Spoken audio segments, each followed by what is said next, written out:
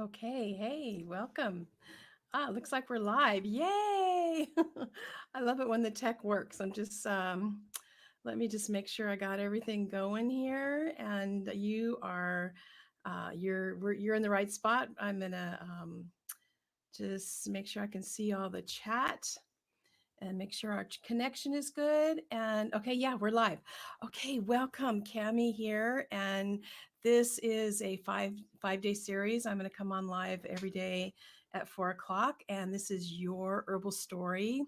5 days of tracking your plant path. I have like 3 screens here, so if you find me, I'm going to keep my eye on the chat and all the tech. Just so yeah, so if you find me looking around, that's what I'm doing, but I'm here with you. So we're going to just take a few minutes each day for the next 5 days, and we're going to be talking about your plant path. And so today's going to be a little bit longer because I'm going to introduce it, but we're going to be talking about your herbal journey. And the thing is that most of us live in a culture that doesn't really acknowledge the path of being a student of the plants, right? And it's actually what I want to get into is that it's actually a big deal to reclaim home herbalism for our family, for our community, for the world. And the more this I do this work, I've been doing this work with people for over 30 years, where we really stop and take stock of what it is we're doing. Actually, what I've learned is that the more we understand about how and why we've been called to do this, then what happens is that there's more of like a contentment and peace in going deep into understanding that. So I'm streaming live over at my Facebook group, My Herbal Kitchen. If you want to catch all of these, you might want to go over there and catch it for tomorrow. That's a great group of home herbalists sharing their herbal kitchen recipes. And I encourage you to go over and join that Facebook page, My Herbal Kitchen. But if you're not on Facebook, that's fine. And so, yeah, what we're going to do is we're going to really clarify for you what's important about what you're doing with the plants, and maybe even what's your best next step, where to focus, what brings you the most joy and confidence. The thing is that there's so many aspects to home herbalism. And I think most importantly, why I want to do this series with you is because I really know that when I've seen on the other side of some of these exercises, this is how much more kind of content and peaceful people feel with their herbal studies. I find so many people are like, I don't know enough, and I'm never going to know enough, and I really don't know if I'm never going to hurt somebody. And there's just so much kind of overwhelm and confusion. And this work that we're going to be doing over the next 5 days, it's really going to be about 5 or 10 minutes each day. Today's going to be a little bit longer because I'm introducing it, but hey, welcome everybody. I can't get to the chat. Yeah, I'm going to first introduce this, and then I will, at the end of this, be taking questions. But I really am doing this so that to just encourage and support you to be able to celebrate and have a great time at whatever stage you're at in your home herbalism. It's one of the things when we talk about getting more skills, because we do. Most people want to feel more confident and skilled in what we do, and more settled. And so there's a certain part that it's skill based, right? But there's also a big part of your home herbalism that's recognizing that we can feel confidence at any level, at the level that we're at. And so even if you're just starting out, it's being confident in the level that you're at, in the things that you're doing, and the skills that you have, that you do have, and finding the joy in just exactly where you're at with the plants. The plants are so generous in that way. And I was recently talking to several people that I know that have been working with herbs for years. And I noticed a theme that, they love what they do. And they also think that they don't know enough. And they always feel like they have to be learning more. And they always feel like they have to, that this nagging feeling like they should be doing or should be learning more. And I have experienced that too. Like, oh my God, I got to know it all. I got to know everything. I got to know how to treat everything. And so I've been there. I know what that's like. And so there's some things that I've done to work through that, to find more peace and joy. Not that your herbal studies, that you don't feel joy already, because I'm sure you do, but there's just another layer that I've really found that works. So what we're doing is we're taking time to acknowledge your plant journey and tap into that. And it's about enjoying the process of growing, expanding, and learning more. And so I've been teaching herbal medicine for over 30 years, and I have a lot of wonderful online courses and my book, The Herbal Kitchen, with this companion course to support you on your home herbalism journey. But and as home herbalists, we're always looking to get better, right? I'm always looking for that next recipe and how to make my medicines better. And I do strive to provide a lot of those resources, those online courses to support you. But a really big process is also just enjoying the ride, right?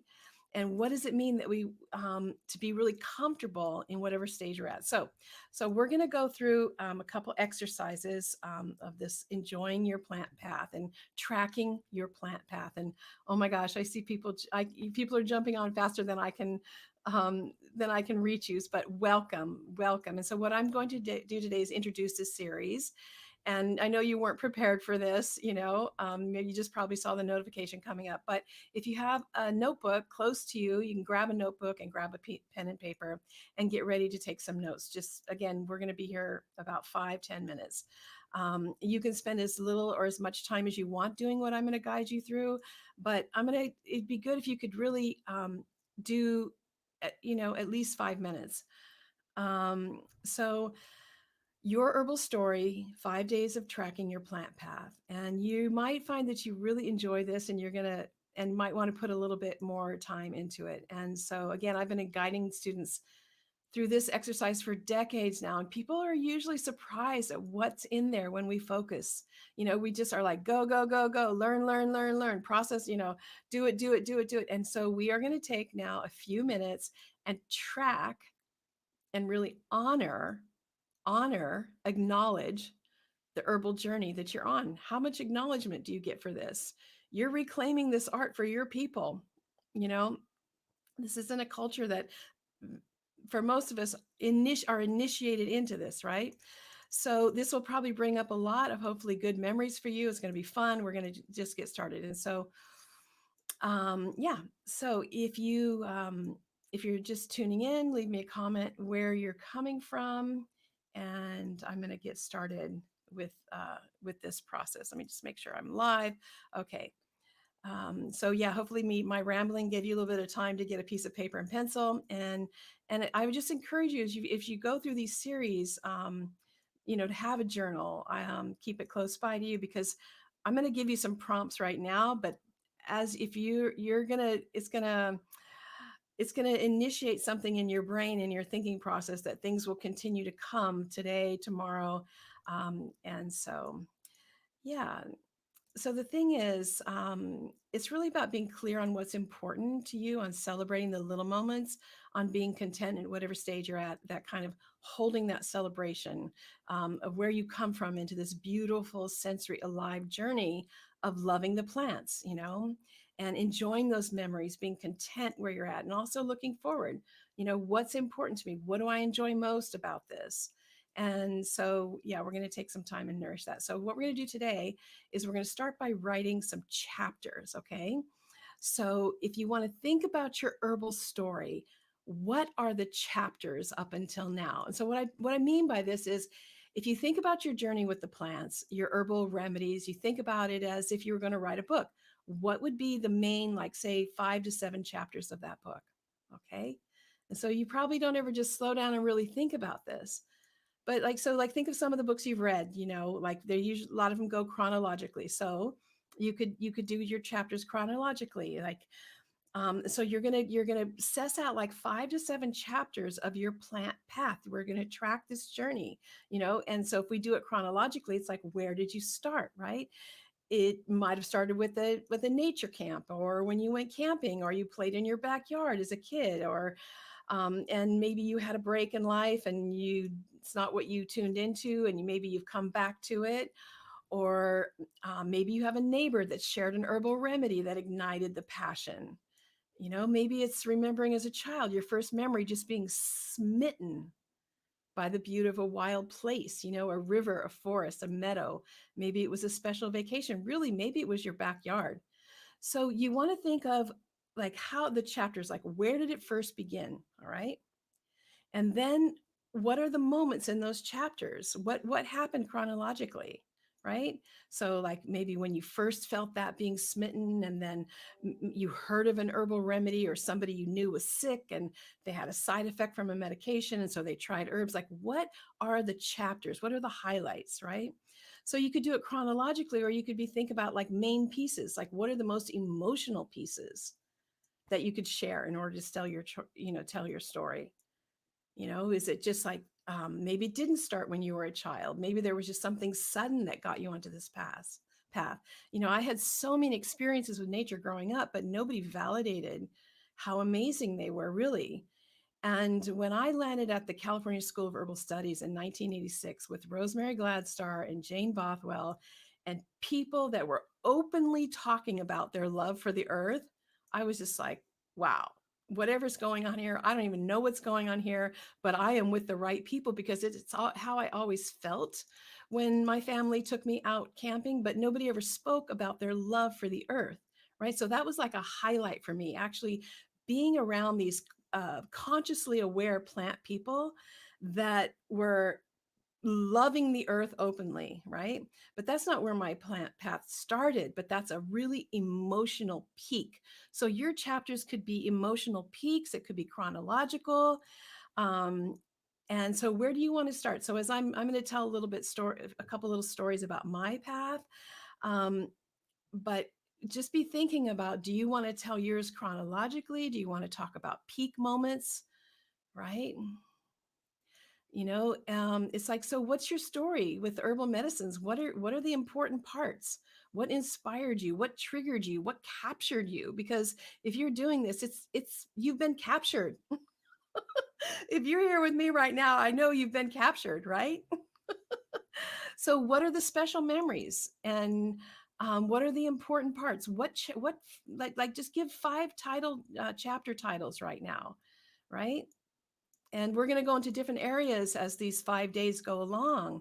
But today, we're choosing our 5 to 7 chapters. Your 5 to 7 big, plant or earth-based memories, the 5 to 7 peak memories, maybe five memories that you have like tunnel vision to, like you remember strong feelings when you think about really loving the plants and just feeling free. What was a pinnacle, right? What are your chapters? What are your 5 chapters? And so we'll have time to talk about this. So Tammy is saying, I had a grandma-like person in my life who would walk me through the campground and show me plants like Dutchman's britches, Mayapples, and Jack in the Pulpit. I loved soaking it all in. So Tammy, you were so lucky. You had someone in your life that just gave you that little breadcrumb, right? And so now, so then you start to think about, who are you giving those breadcrumbs to? Who are you providing? So that's part of knowing your story and embodying and understanding your own story, so you can see how important it is, right? To for how you could provide it for the next person.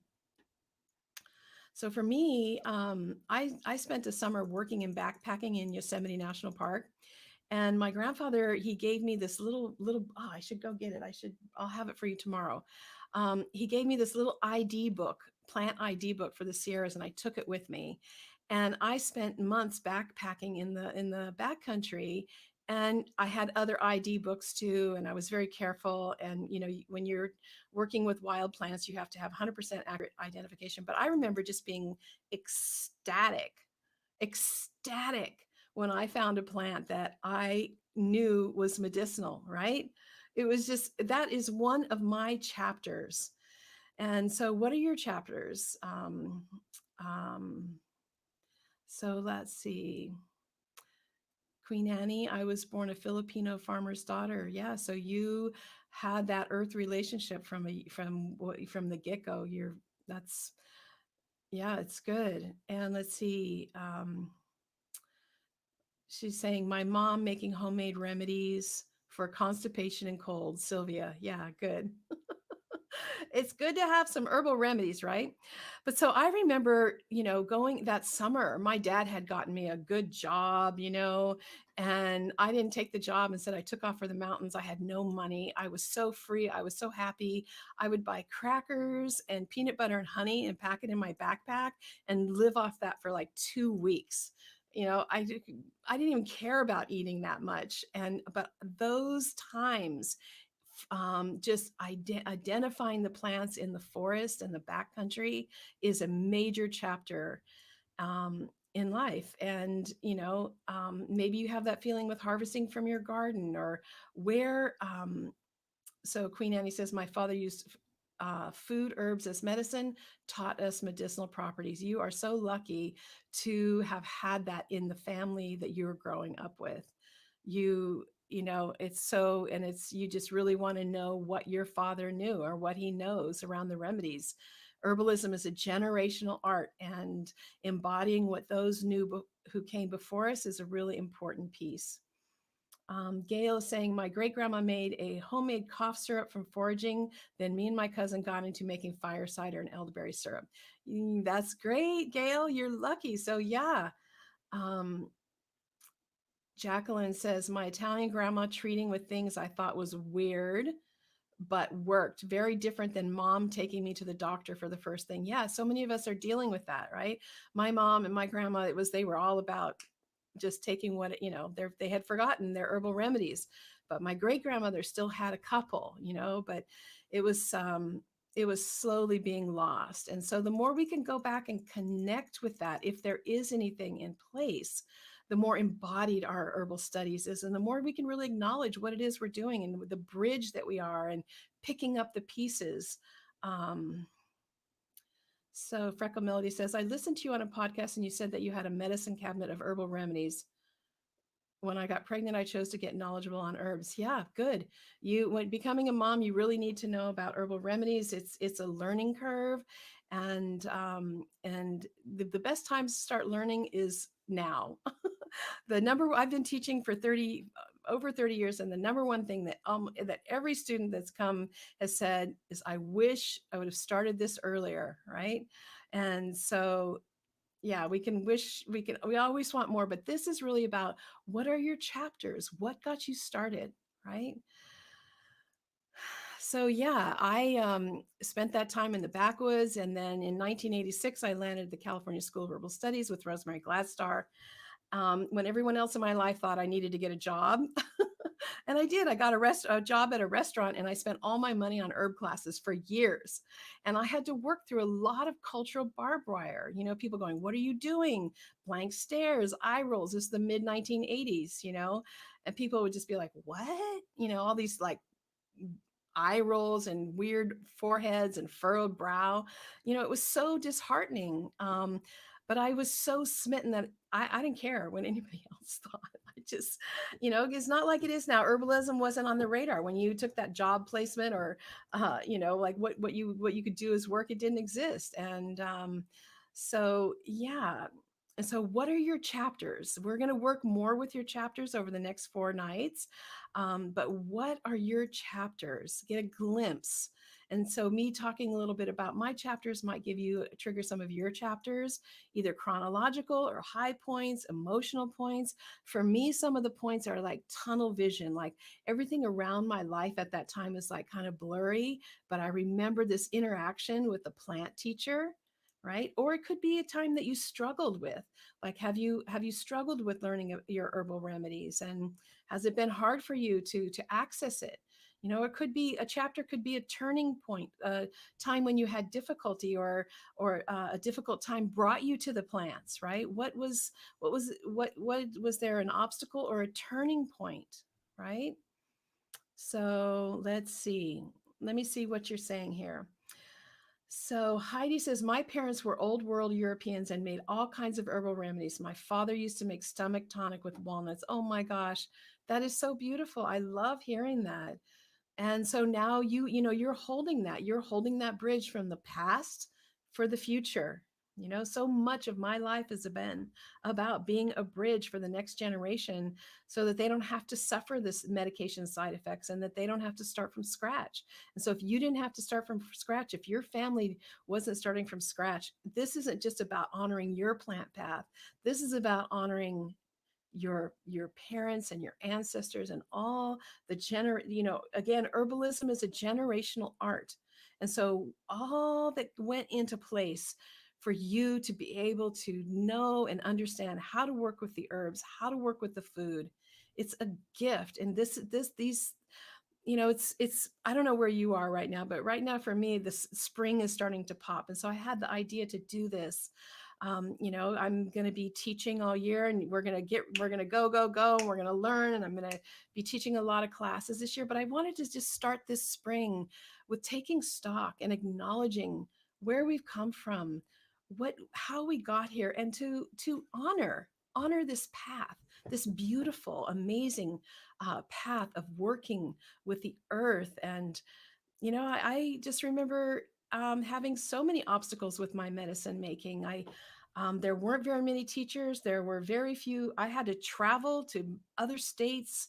I really did not have money. Nobody was supporting me to do this, and I would just, I went to Arizona to the Southwest School of Botanical Medicine with Michael Moore, and like I said, with crackers, lived on, although I was living on peanut almond butter then, but and and he just blew my mind, and you really taught me how to make powerful herbal medicines and the herbal oils. He really taught me how to. For 5 years I had already been making herbal oils and just had a lot of moldy mistakes and a lot of problems, and he just blew my mind. And so that was one of my turning point chapters, is finding a really good teacher. And so does one of your chapters involve a turning point, right? um Let's see, Jamie, thank you for this. It's good to reflect on my path, where I have come and where I am headed. Time for a redirect to refresh and rejuvenate. Right. We are just go, go, go, go, go, go, go, right? And you, if you're here with me, you're probably the person in your family that's doing this. If you've noticed, probably not everyone in your family is into it, right? They don't go, oh, wait, wait, wait, pull over. I see a yellow flower. It might be St. John. They're like, what? Right? Other people, you're it. You are the bridge in your family. You are the one that is picking up the threads, nourishing the weaving, tightening the cloak that's been woven from the past. Or maybe you're just threading the loom for your people. There's been a big cultural disruption, but let's just honor you right now where you're at, being this bridge. And then if you have that connection, you even if you don't think you have the connection to your ancestors in the past, it's there. And I help people with that also. But just, yeah, what are your chapters, right? What are your chapters, your turning point, your highlights? So Bev says, my great grandma was the town herbalist. She doctored the entire community. Wow. Oh my gosh. Do you know what she knows, Bev? Did you learn from her, and where was that? Okay. Facebook user Aloha Kanu. Yes, a true gift. Caroline, first was my mother, part Cherokee. We dug sassafras in the spring when I was 4 years old and gathered poke and dock greens. Oh, good. Bev, I was also around some Native American herbalists for a short while. Okay, so yeah, so your chapters there, so many. So Jacqueline says the turning point for me was getting an extreme strep throat, right? The doctor who said drink lots of tea, which I heard drink herbal tea and get into herbs. I then began apprenticing for an herbalist. Yeah, so for a lot of people, that chapter is like, sometimes it was just like, no, I've got to find another way. For me, I was raised on standard American diet, standard American medicine, and I got a brain tumor. I had to have brain surgery from a tumor that I developed as a side effect of a medication when I was a teenager. So here I am, I come out of this surgery, and I had already been a side effect by the age of 19. So that definitely, I asked the question, like, wow, isn't there another way? And I started to notice how all my elders were on medications. And so what I did was I actually read that patient panel index, that little piece of paper. If you're going to take a medication, you want to read it. And I just realized that, wow, isn't there some other way we can do this, right? So that was a huge chapter, wake up call in my life that just put me on this path. Um, let's see. Carla, one of my grandmothers always said, you have everything you need in your spice cabinet. Wow, what a wise grandma. I'm sorry if I'm missing some of your comments and questions. Retype it in because there's so many coming into the feed. It's moving down too quick. So if I've missed yours, put it in again. I love hearing this. Um, so Carla, where was your grandmother from? Um, and so another aloha, Cami, love your message. Ancestors gift up so much wisdom. That is so true. And it's really so today we're talking about you honoring your plant path. I do have work where if you're not on my email list, you can go over to Cami. Um, what is my website? CamiMcBride.com and get on my newsletter list. And that's where I let people know what classes are coming up. So you can go over to CamiMcBride.com and get on my email list. And that's a good way if you want to do more of this kind of work. Cheryl, first memory of using wild plants was making dandelion wine with my mom while I was in high school. Wow, how you are so lucky. Good for you. Cheryl says, I've been trying to learn about herbal remedies since I was in high school, over 40 years. I always enjoyed working in the large family vegetable garden with mom and grandma and wanted to also know more about the wild plants. I did find a few books. Finally, it's starting to sink in and I'm remembering plant names. Yeah, it takes time. I mean, in my students over the last 30 years, the people that were raised, that their grandparents or their parents brought them up with herbs, they they really, even for me studying over 30 years and teaching for over 30 years, it's not in there as much as my students who were raised with it. So that's why I'm so passionate about, like, we don't have to start from scratch. Our kids don't have to start from scratch. Let's own this and honor. And so what are your chapters, right? And again, tomorrow I'm going to be tomorrow, the next 4 nights I'm going to be going live at 4 p.m. Tuesday, Wednesday, Thursday, Friday. Also, we're going to be working with these chapters. I'm going to take you deeper into some other layers of your of your plant experience, your plant journey. And so, again, how do you want to tell this story? And so, what we've triggered here, I'm going to ask you to take this journal to bed with you tonight and think about it. And when you wake up in the morning, maybe something different, maybe something deeper, maybe another memory will have surfaced. Just something about your love of the plants, those times when you like led with your heart, right? And you really feel the joy of and to just remember some of those memories of just maybe just being in your garden or cooking with a loved one or an elder that taught you, or a remedy that you make for someone you love, or how you started making herbal body butters and giving them away to everybody. So the thing for me is that the more I did it, the more I loved it, right? And so I started making oils in the 1980s, and I had a massage practice, and my massage clients drafted me to teach them how to do it. And then they were like, you got to sell it in the store. So all of a sudden, herbal oils, I was teaching it, selling it in stores all through the 80s and 90s. Herbal oils were my life, right? And so the oils are a huge chapter. And so what are what are your main what herbs and what remedies really captured you? Let's see. Alex says, I think the plants first grabbed me when I watched Snow White. Oh. Let's see. Jody is saying, I always taking pictures, but didn't know the plants, dug them up, brought them home.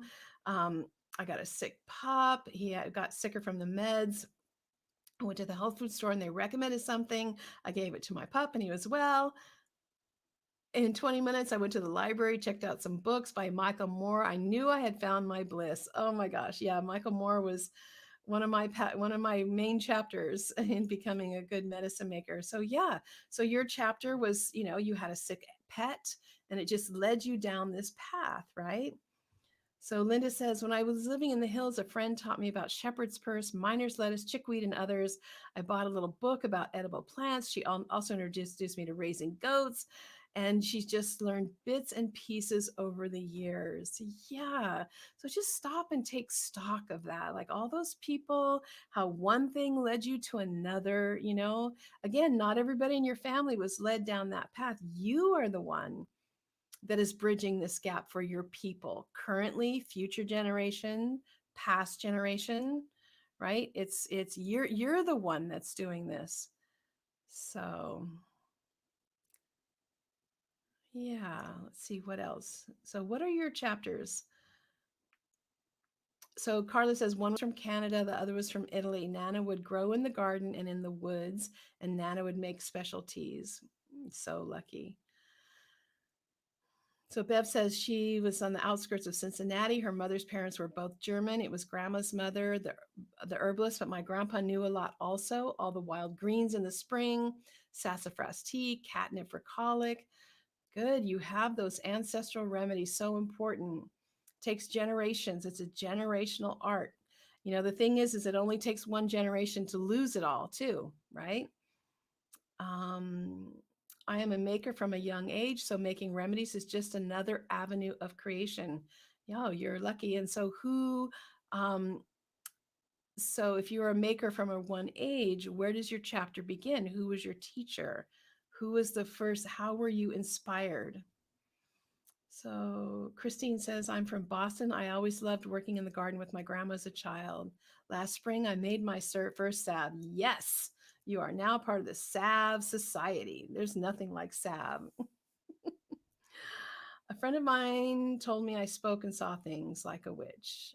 I know. So Tammy says, I know my family isn't necessarily into plants like me, but for Mother's Day, they got me a Forage in the Midwest book. Yeah. So sometimes it's just a book. It's like that one book just opens up a whole world. And then you look for the next step and you look for the next step. So yeah, it looks like there's some pretty good chapters here. So we're going to do something like this a little bit each day. This one went a little bit longer because I wanted to describe it. You can go to you can watch this. I'll be streaming this on my YouTube channel, Cami McBride, my Facebook page that you can get into, My Herbal Kitchen. And you can also, if you go to CamiMcBride.com, you can get on my email list and get the prompts there also. And I'll be spending this time a little bit each day. And so again, your chapters, we're honoring your plant path. We're just taking a moment, taking stock, just taking time to enjoy this process. Um, so Goddess Blossom says, my mother would harvest and dry roses. Today, whenever I harvest them, I feel connected to those memories. That is beautiful. That is, yeah, yeah. It's so, I have that too. You know, there's certain people that I remember, like gardenia. I remember my mother when I harvest gardenias. Let's see. My mom cooking, sewing, home crafts. Yeah, but I feel I'm tapping into a lineage. That's great. Yeah. Karen, I wish I'd listened when my grandpa tried to teach me. Since then, I have grown up and matured. I'm 60 now. I took a class from homegrown herbalist. Now I'm clinical herbologist. Always wanted to learn more. God told us He gave us everything we need for our bodies. And I can't tell you how many students over the years have told me, oh, I wish I would have listened to my grandma. I wish I would have caught those remedies. And so, if there is anybody in your life, if you are one of the lucky people that has somebody that's alive, teaching or know that holds some of the remedies, go spend time with that person, honor them being the bridge and holding on to that. So that looks good. Bev says my favorite is mullein. We even gave it to my aunt's little dog. Worked so well, the vet couldn't believe it. He's now studying herbs for his animals. Yeah, good. You never know what seeds you're going to plant, right? So this is your herbal story, tracking your plant path. 5 days. We're going to do this, and so today we just worked on what are the chapters, and so take some time to write down those chapters, and then tomorrow morning But when you go to bed tonight, say, what are what are my chapters? What are the what else am I not remembering? Right? Because when I do this work deeper with people, I find that there are so many memories because we live in a culture that doesn't catch this, that doesn't, if you walk or say your ABCs, everybody's like, yay. But you get a whole download from the cedar tree or the butterfly, and people don't even notice. So it's not captured by this culture. And so we have a lot of experiences in there from when we are younger that weren't caught, weren't validated, weren't acknowledged. And so they just kind of trim off. And so once you kind of open this door or this gate, it's amazing what your brain can start to what you can start to remember. So, yeah, so, this is your herbal story, 5 days of tracking your plant path. And it was great to hear from all you. And again, we've started this process, and you may find that more is going to come up. And so, this is also something that to have a conversation, maybe with someone else that you know that is on the plant path, and ask them, what are your chapters? What got you into this? How did this all start for you? And just acknowledge each other for being on this very powerful journey that we're doing. We're working on evolving our culture into one that honors the earth, and you're part of that path. So, yeah, I think that's good. So I will. Thanks for being here, and I'll see you tomorrow.